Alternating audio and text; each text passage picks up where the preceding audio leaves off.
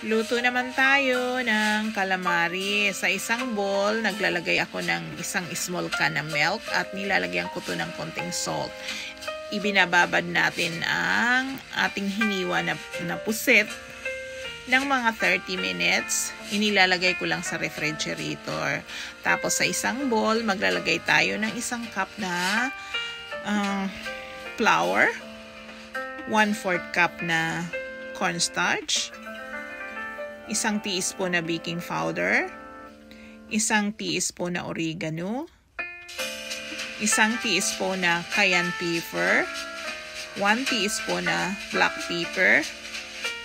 Haluin lang natin to, at kung gusto mo medyo salty ang iyong calamari, pwede ka rin magdagdag ng salt dyan. Tapos ididip lang natin dyan ang ating hiniwa na pusit, yung ibinabad nating pusit. Then ipreprito na natin.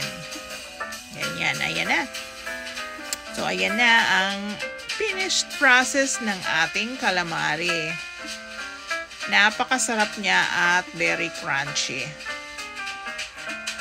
Salamat sa panunood.